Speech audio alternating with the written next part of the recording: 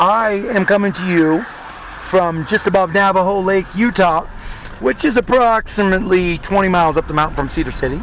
Now, the tiny home had a lot, and I mean a lot of trouble getting up here, which is why the next thing for the tiny home is going to happen, which is unfortunate because I love my little tiny home. And what I'm doing now is I'm taking you to a got my friend behind me.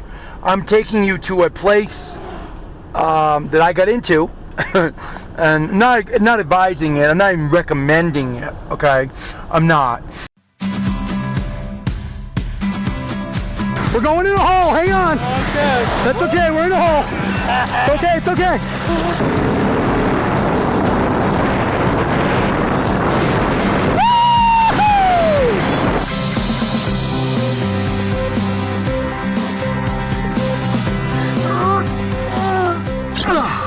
Okay, that was a lot quicker than I thought it was.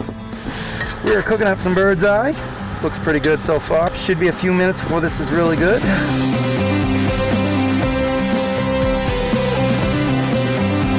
We can't go with chains. We gotta just drag her up the hill. We'll worry about chains later. We call this a CTC, which stands for cargo trailer conversion, or cargo trailer camper, or cargo trailer crap, whatever you want to call it. It has all kinds of names.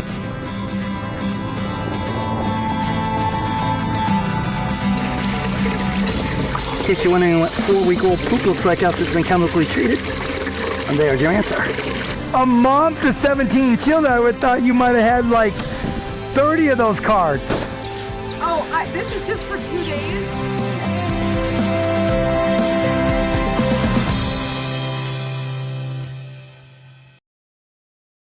But it's on United States Forest Service land in the Dixie National Forest in Utah, and I'm way back there. Okay, guys, like you'll see the RVs when we go in.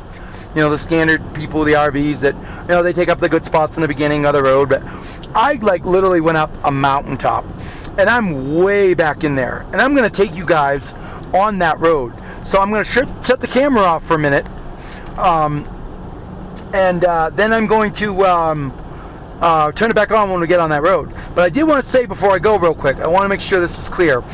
Just because I'm way back in there doesn't mean I've like made my own camp, doesn't mean I've made my own space or caused a problem with wildlife. There's a fireplace literally right next to where I'm camping, which means someone's been there before. Yes, it's far back in there. Yes, it's a really rough road, but no RV is going to follow me back there.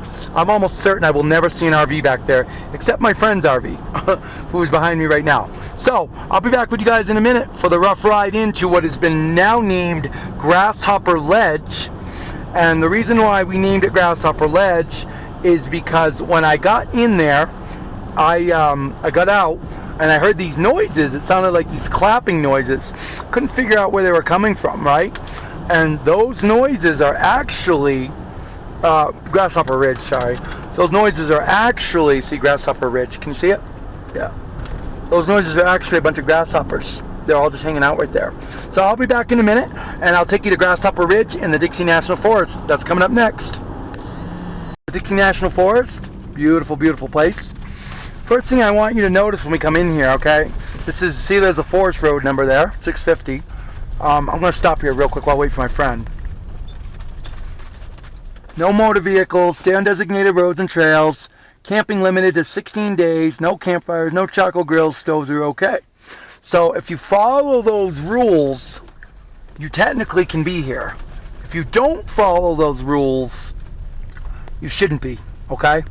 Now, you see here, there's a guy here, he's camped out over there, there's another guy there, another guy there, another guy over there. Who knows how long they've been here, but the camp stay limit is 16 days, so that's what you gotta keep in mind. Now, this is a pretty gnarly path I'm taking you up, and I may have to stop the video if William, my friend behind me, gets in trouble because he's driving a very large 30-footer. There's nothing that says William can't go up there, he just has to take it slow.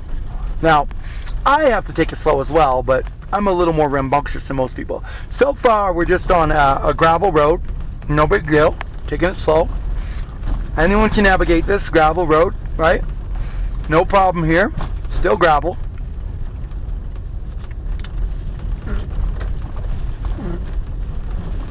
Okay, now this is where it's going to get interesting. It turns to kind of like a goat path here. You go over there, you go over there. That's blocked over there. But you just kind of ease in, right? And just kind of go right in the middle there. No big deal. Yeah. It's bumpy. It's really bumpy. So this is going to be a shaky video. But you can get in. You're not going to hit. The rocks are underneath the carriage of your vehicle. So you just kind of take it nice and slow. See, there's William. He's behind us. So weird looking behind me, seeing stuff behind me. Normally I see the trailer. There's William. See, he's coming in nice and slow. Doing really good. Yep. Just kind of ease up. No rush. There's no hurry. You know, just kind of watch for the rocks. You can navigate around the rocks. Okay, see how I went around the rock? You can take anything in here. I'm not encouraging guys to do so.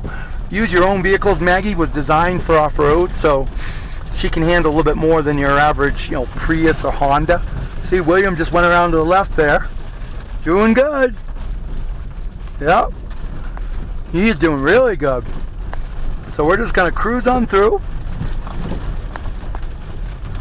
This is not a bad road. Like, my motorcycle could rip down this road.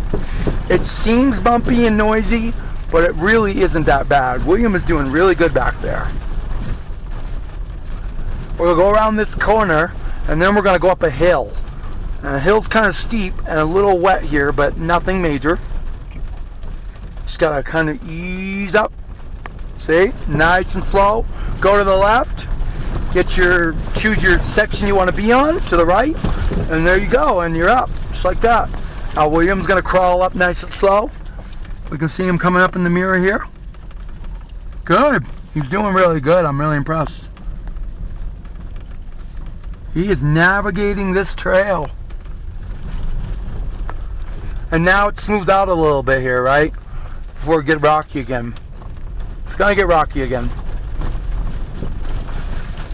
But the good thing about the rocks is that if the rain washes this road away, the rocks will allow us to get back down and out of the forest. And I do mean we're in, like, you're not gonna see this video forever because we're in the middle of nowhere here. Like, we're way out in the forest here. I literally, Dean, my logistics guy, I gave him my GPS coordinates of where I was going to be and told him if he didn't hear from me by Tuesday, because this video is being recorded on a Thursday, that you need to, you need to come get me, or you need to call someone to come help me. But William's doing really good. I'm really impressed.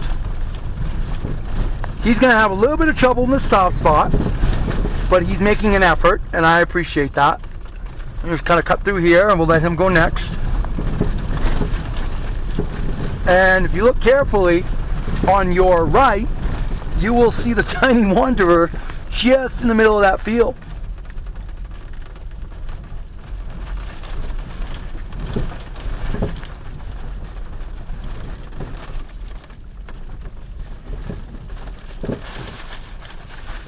Now I'm going to go park and then let William get in here. This is going to be his spot. And I will show you guys in another video the camp. For now, I'm gonna not show you anything because I don't want to ruin it for you guys. I don't think I'm gonna make it through here. Maybe I can. All right. Anyway, that is how to get into the National Forest on BLM land and whatnot. And I will talk to you guys more on another episode. Thanks for coming along, and we'll see you next time on the Tiny Wonderland.